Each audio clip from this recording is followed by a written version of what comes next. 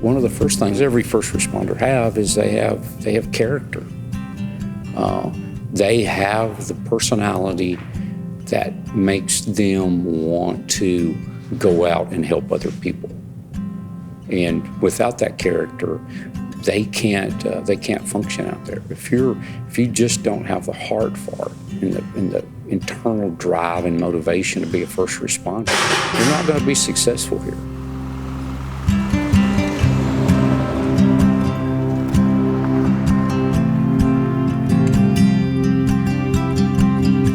My name is Homer Robertson. I'm the Executive Assistant Chief for the Fort Worth Fire Department. My day-to-day activities include all the fire and EMS training for the City of Fort Worth Fire Department, as well as the Office of Emergency Management and Support Services, which includes our communications center and equipment, fire trucks, bunker gear.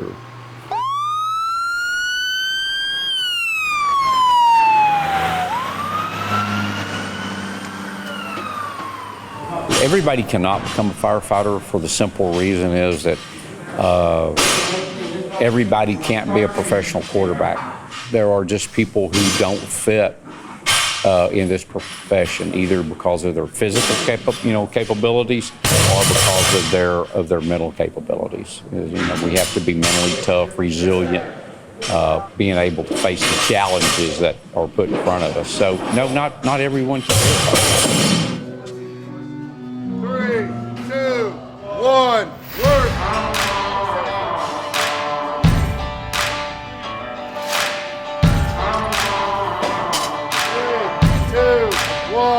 work!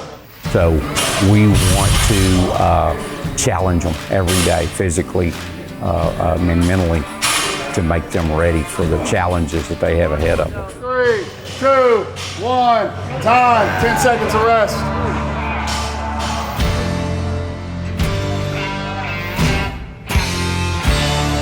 Training is the one thing that we have to do on a daily basis. Every day is a training day for us. We have to not only learn new skills, but also maintain those skills.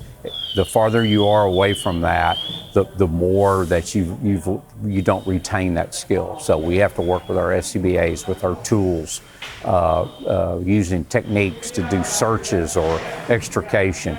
Those are all things that we have to maintain on a constant basis. If we don't do that, we don't retain them. So every day is a training day.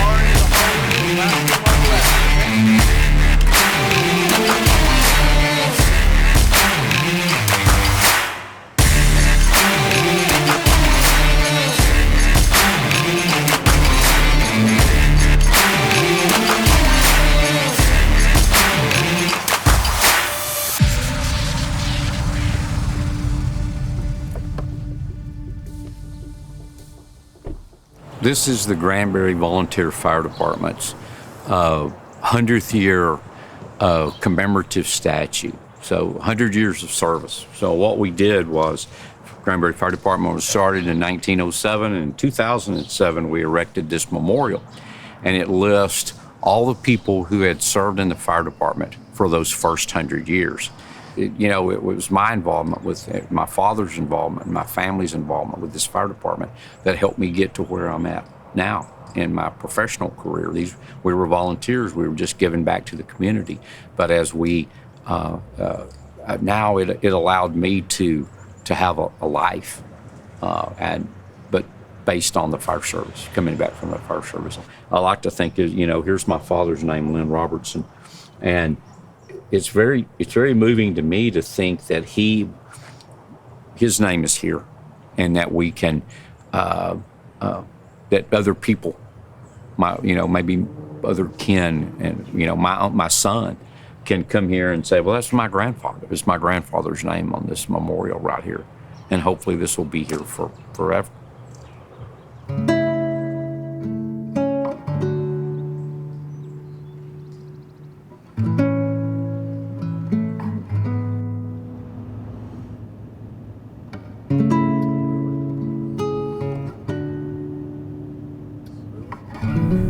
So we appreciate life more because we know that our lives are very fragile and that they can be taken away at any time. It can be over in a minute, in a second. And you can't plan it out. You don't know that you have tomorrow. So you have to have the mindfulness to enjoy what you do right now in your life. Appreciate your family, appreciate the things that God's given you, and take advantage of them.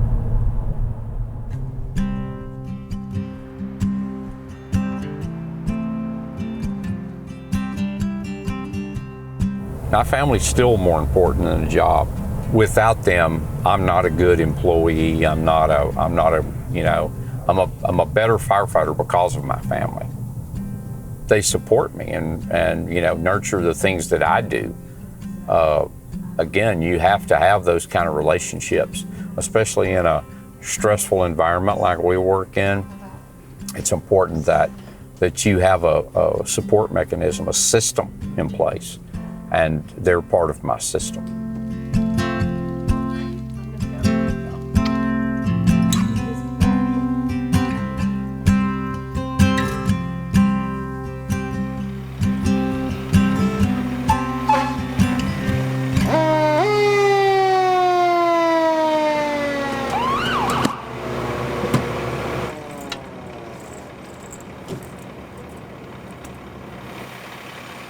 One of my primary responsibilities on a day-to-day basis is to clear the path, to make their job a little easier by taking up, the obstacles that are in front of them in order to be able to do that. Do they need some kind of a new tool, or do they need an updated tool or apparatus, or are those tools and equipment maintained the way they should be? Our tools are super important. These are very much life-saving tools that are rescue tools. I can't tell you that we're going to pull somebody out of a house fire today, but this city is 350 square miles. Over a million people driving around today. Somebody's going to have a car wreck. We know that we can take rescue tools and take our skills and training, and we can help them. We can make their life better.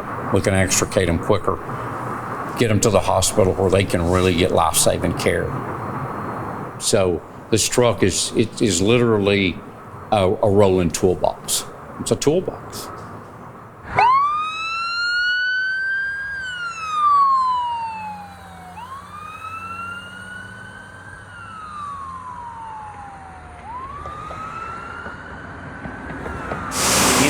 They've only been gone for just a few minutes.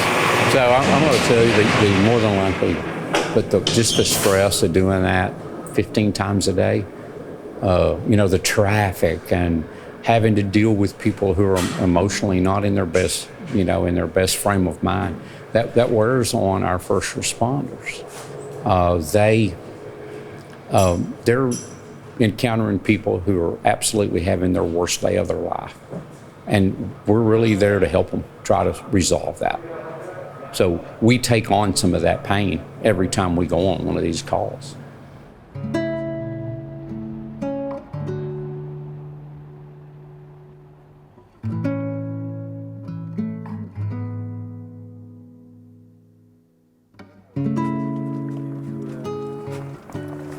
Working with animals is somewhat consoling. After you've had a busy day, you can come home where you can take care of an animal that depends on you, and you know that, and you have a certain responsibility to help them. You have to feed some alfalfa hay or some pellets to help them get through a long winter. So yes, it does have an effect on you. I worry about people who don't like animals.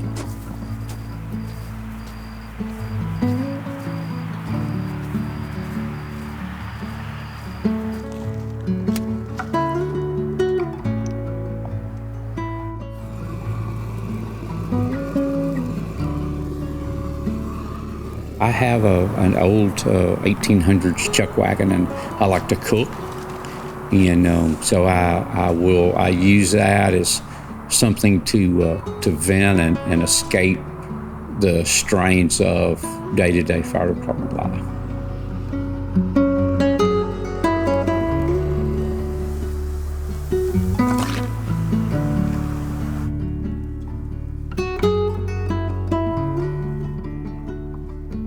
Yeah, there's a high, an emotional high from rescuing people or helping people, but some days, not every day are you going to hit the game winner. You just have to know that don't get real low and don't get real high. Stay in the middle of the road and concentrate and focus on what your job is today.